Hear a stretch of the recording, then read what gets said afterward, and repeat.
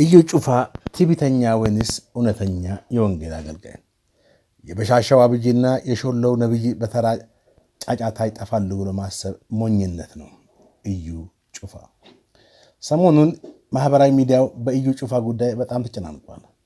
ምናልባትም ስለ እዩ ጩፋ ለመጻፍና ለማውራት የወሰድነው ጊዜ የአንዳንዳችን ወንጌልን ለማንበብና ለማጥናት እንደዚህ ብንተጋ የእዩ ጩፋ ጉዳይ ብዙም የሚያሳስበንና ትኩረት ሰጥተን ሐሳብ የምንሰጥበት ላይሆን ይችል ነበር።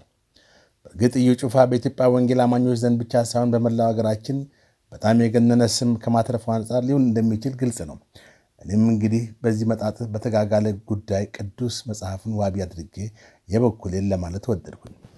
ማንም እንደሰማውና እንደሚያውቀው እዩ ጩፋ በተለያየ ጊዜያት በተለይም በቅርቡ በሐዋሳ ከተማ ሲገባ በፖሊስ ማርሽ ባንድና በትራፊክ ፖሊስ በሞተር ታጅቦ በመግባት የደረገለት ደማቅ መንግስታዊ አቀባበል ተከትሎ የኢትዮጵያ ወንጌል አማኞች ካውንስል ባወጣው መግለጫ ለአንድ አገልጋይ ፖሊስ አሰልፈው መሳሪያ አስታጥቀው አጀብ ፈጥረው ግርግር በማድረግ የሆነ አካል ወደ ከተማ የገባ የሚያስመስሉት ነገር ተገቢ እንዳልሆነ በመግለጽ በእዩ ጩፋ የተቋቋመውን የክራይስት አርሚ ቤተክርስቲያን ካውንስል ማገዱ ይታወቃል። ይህንን የካውንስሉን መግለጫ ተከትሎ እዩ ጩፋ በበኩሉ ተደጋጋሚ መግለጫ ሰጥቷል። አንድ ነቢይ በፓትሮል መታጀቡ አይግረማችሁ፣ መታጀብ ከፈለጋችሁ ስራ ስሩ፣ ባዶ ራስ ሆናችሁ የክርስቶስ አገልጋይ መጣ ሲባል ማርሽ ባንድ አይደለም ካላንደር ሁሉ ሊዘጋ ይችላል ብሏል። አንድ አገልጋይ ወደ አንድ ከተማ ሲገባ 7 እና 8 ፓትሮል ለምን ያስፈልጋል የምትሉ ሰዎች በባጃጅ ታጅቦ እንዲገባ ነው የምትፈልጉት? አጀብ አጀብ ብላችሁ ሁከት የምትፈጥሩ ሰዎች ለመታጀብ ከፈለጋችሁ እንድትታጀቡ የሚያደርግ ስራ በመጀመሪያ መስራት አለባችሁ። ምንም ውስጣችሁ ላይ ሳይኖር ባዶ ቀፎ ሆናችሁ ለመታጀብ ማሰብ በጣም የበዛ ሞኝነት ነው ብሏል። እኔም ማምነው ከዚህ በኋላ ቤቶች ብቻ ሳይሆን በዚህ ዘመን የተፈጠረ ነገር ካለ ተጨምሮ አገልጋዮች ዌልካም ይባላሉ ሲልም ተናግሯል። አንድ በእግዚአብሔር ለተሾመ አገልጋይ ምን ያህል ክብር እንደሚገባ መንግስትና መንግስታዊ የሆነ መዋቅሮች በተረዱበት በዚህ ጊዜ የቤተክርስቲያን መሪዎች አይናቸው መከደኑ ከምንም በላይ የሚያስገርም ነው ብሏል። ጳውሎስ በ470 ወታደሮች የታጀበው በፈጠረው ተጽዕኖ ልክ ነብ በማለትም ተናግሯል። አንድ ሰው ምንም አይነት ተጽዕኖ ሳይፈጥር አይደለም በወታደር በወፍም አይታጀብም ብሎ ያለው እዩ ጩፋ የምትፈልጉትም ሆነ የምታጀቡት በፈጠራችሁ ተጽዕኖ ልክ ነው ሲልም ተናግሯል። ቤቱ በዛ ፓትሮሉ በዛ የምትሉ ሰዎች እግዚአብሔር በአንተ ኮልኮሌ እንዲታጀብ ነው የምትፈልገው ሲልም ገልጿል። እግዚአብሔር በፓትሮል የሚታጀብ አምላክ አይደለም፣ ፓትሮሉም ለእኛ ነው፣ እኛ ነን የምንታጀበው፣ በምድር ያለው ነገር ሁሉ ለእኛ ነው በማለትም ተናግሯል። ሐዋርያት እንደዚህ አልለበሱም፣ ሐዋርያት እንደዚህ አልታጀቡም፣ ሐዋርያት እንደዚህ አይነት መኪና አልተጠቀሙ የምትሉ ሰዎች ብታምኑም ባታምኑም በኢትዮጵያ ምድር በራሳቸው ጄት እየተንቀሳቀሱ የሚያገለግሉ አደገኛ ሰዎች ይነሳሉ። የምታስተላልፉት መልእክት ተስፋ ከመቁረጥ ስሜት የመነጨ ነው ይመስላል ሲልም ገልጿል። ዘመኑ ሲቀየር ከዘመኑ ጋር ሁሉም ነገር ተቀይሯል። ቦልድ በሆነ ጠንከር ባለ መልእክት ተመልሼ ይመጣሉ። የበሻሻው አብይና የሾሎ ነቢይ በተራ ጫጫታ ይጠፋሉ ብሎ ማሰብ ተራ ቅዠት ነው ብሏል። ብታምኑም ባታምኑም በኢትዮጵያ ምድር በራሳቸው ጄት እየተንቀሳቀሱ የሚያገለግሉ አደገኛ ሰዎች ይነሳሉ ያለው ነቢዩ እዩ ከዚህ በኋላ የሚኖሩ ፕሮግራሞች ከዚህ የበለጡ ይሆናሉ ብሏል። የኢትዮጵያ ወንጌል አማኞች ቤተክርስቲያን ካውንስል ባወጣው መግለጫ ፖሊስ አገልጋዮችን ከማጀብ እንዲታቀብ ያስጠነቀቀ ሲሆን አንድን አገልጋይ በጦር መሳሪያ ማጀብ እንደ ወንጌል አማኝ በፍጹም ተቀባይነት የሌለውና ከአስተምህሮት ውጭ መሆኑን አስታውቋል።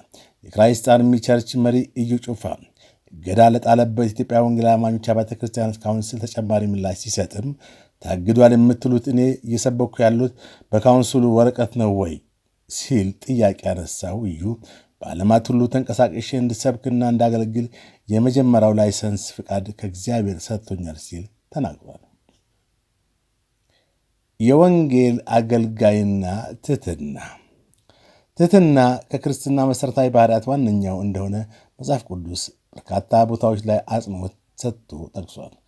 ትሕትና ከክርስቲያናዊ ባህሪ በመሆኑ ያለ ትሕትና ክርስቲያን ነኝ ብሎ ማለት ልክ የአንድ ሙያ ስነ ምግባር ሳያሟሉ የዚያን ሙያ ሥራ ለመስራት እንደመዘጋጀት ሊቆጠር ይችላል። ስለዚህ ማንኛውም የወንጌል አገልጋይ ከምንም በላይ ትሕትና ሊኖረው እንደሚገባ መጽሐፍ ቅዱስ አጥብቆ ይመክራል። እንዲያውም ትሕትና በገላትያ ምዕራፍ 5 ቁጥር 22 ከተዘረዘሩት እንደ ፍቅር፣ ደስታ፣ ሰላም፣ ትዕግሥት፣ ቸርነት፣ በጎነት፣ ታማኝነት፣ ገርነትና ራስን መግዛት ከመሳሰሉት የመንፈስ ፍሬዎች ጋር ሊደመር የሚችል ክርስቲያናዊ ባህሪ ነው። በተጨማሪም ስለ ትሕትና የተጻፉ የመጽሐፍ ቅዱስ ጥቅሶች ውስጥ በሉቃስ 14:11 ሲናገር ራሱን ከፍ ከፍ የሚያደርግ ዝቅ ይላል፣ ራሱን ዝቅ ዝቅ የሚያደርግ ደግሞ ከፍ ይላል በማለትም ይናገራል። ማቴዎስ ምዕራፍ 11 ቁጥር 29 ላይ ደግሞ ጌታችን መድኃኒታችን ኢየሱስ ክርስቶስ ሲናገር ቀንበሬን ተሸከሙ፣ ከኔ ተማሩ፣ እኔ በልቤ የዋህና ትሑት ነኝ ይላል። በምሳሌ ምዕራፍ 29 ቁጥር 23 ሰውን ትዕቢቱ ያዋርደዋል፣ ትሑት መንፈስ ያለው ግን ክብርን ይጎናጸፋል። መዝሙር 35 ቁጥር 29 ላይ በእኔ ላይ ራሳቸውን ከፍ የሚያደርጉ እፍረትና ውርደትን ይከናነባሉ ይላል። ምሳሌ 1 ቁጥር 2 ላይ ትዕቢት ስትመጣ ውርደት ትከተላለች፣ በትሑታን ዘንድ ግን ጥበብ ትገኛለች ማለት የትሕትናን አስፈላጊነት በደንብ ያስምርበታል።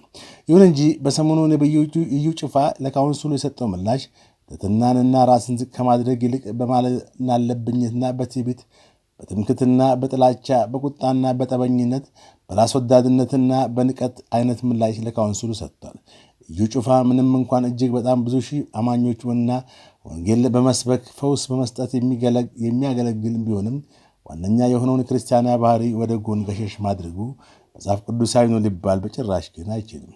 ሐዋርያ ጳውሎስ በአንደኛ ቆሮንቶስ ምዕራፍ 13 ቁጥር 18 ስለ ፍቅር ሲናገር በሰዎችና በመላእክት ልሳን ብናገር ፍቅር ግን ከሌለኝ እንደሚጮህ ናስ ወይም እንደሚንሿሿ ጽናጽል ነኝ ብሏል። የትንቢት ስጦታ ቢኖረኝ ምስጢርን ሁሉና እውቀትን ሁሉ ባውቅ ተራራንም ከቦታው የሚነቅል እምነት ቢኖረኝ ፍቅር ግን ከሌለኝ ከንቱ ነኝ። ያለኝን ሁሉ ለድሆች ብሰጥ ሰውነቴ እንዲቃጠል ለእሳት ብዳረግ ፍቅር ግን ከሌለኝ ምንም አይጠቅመኝም እያለ ይቀጥላል። ከዚህ የመጽሐፍ ቅዱስ ቃል አንጻር በሰሞኑ ኢዩ ጩፋ ለካውንስሉ የሰጠው ምላሽ ለካውንስሉ ምን አይነት አክብሮትና ፍቅር እንደሌለው አይነተኛ ማሳያ ነው። በአጠቃላይ ግን እንደ አንድ ክርስቲያን አገልጋይ ካውንስሉ ያወጣው መግለጫ ትክክል አይደለም ብሎ እንኳን ቢያስብ ካውንስሉን ዝቅ የሚያደርግና የሚያቃለል ምላሽ መስጠቱ ፍጹም ክርስቲያናዊ ባህሪ ሊባል አይችልም። ከዚያ ይልቅ በትሕትናና በፍቅር በአክብሮትና በታዛዥነት መንፈስ በመሆን ቢቻል ካውንስሉ ቢሮ በአካል ሂዶ አሊያም በካውንስሉ አድራሻ በኩል ቅሬታውን ማቅረብ ይችል ነበር። እሱ ግን ሁለቱንም ከማድረግ ይልቅ ካውንስሉን በአደባባይ በመንቀፍና በማጣጣል በማሳነስና በማዋረድ አይነት ተደጋጋሚ ምላሽ መስጠቱ ይታወቃል። በቅርቡ የታዋቂውን የዓለም አቀፍ የወንጌል ሰባኪ የቢል ግራሃምን ልጅ ፍራንክሊን ግራሃምን ወደ ኢትዮጵያ መጥተው ወንጌል እንዲሰብኩ በማድረግና ከ140 በላይ በሚጠጉ አብያተ ክርስቲያናት በሚሊዮን የሚቆጠሩ አማኞች በመስቀል አደባባይ በመገኘት ወንጌል እንዲሰሙ ያደረገው የኢትዮጵያ ወንጌል አማኞች ካውንስል ነው። ስለዚህ ካውንስሉ በኢዩ ላይ ያወጣው መግለጫ ትክክል ቢሆንም ባይሆንም ካውንስሉ ለወንጌል አማኞች መፍትሄ ሰጪ ተቋም እንጂ የአገልጋዮች ተቃዋሚ አይደለም። የካውንስሉ አመራሮችም እነ ቄስ ደረጀ ጀንበሩ፣ ፓስተር ጌትነት ለማ፣ ሐዋርያው ዘላለም ጌታቸውና ሌሎችም የካውንስሉ አመራሮች ከ30 ዓመት በላይ በወንጌል አገልግሎት የኖሩ በሳል መሪዎች በመሆናቸው ለወንጌል እንቅፋት ሊሆኑ በጭራሽ አይችሉም። ወንጌል በመላው አገሪቱ እንዲዳረስ የሚሰሩ እንጂ ከወንጌል መስፋፋት በተቃራኒ የቆሙ ሰዎች አይደሉም። ስለዚህ በክርስትና እምነት ረፈደ የሚባል ነገር ስለሌለ ኢዩ ጩፋ አሁንም ከካውንስሉ አመራሮች ጋር በአካል ተገናኝቶ መነጋገሩ አማራጭ የሌለው ጉዳይ እንደሆነ አምንበታለሁ። ይህንን በማድረጉ ሰይጣንንም ሆነ የወንጌል ተቃዋሚዎችን ማሳፈርና ድል ማድረግ ይችላል። ስለዚህ ኢዩ ጩፋ ካውንስሉን ሳይውል ሳያድር ይቅርታ ይጠይቅ ይገባል።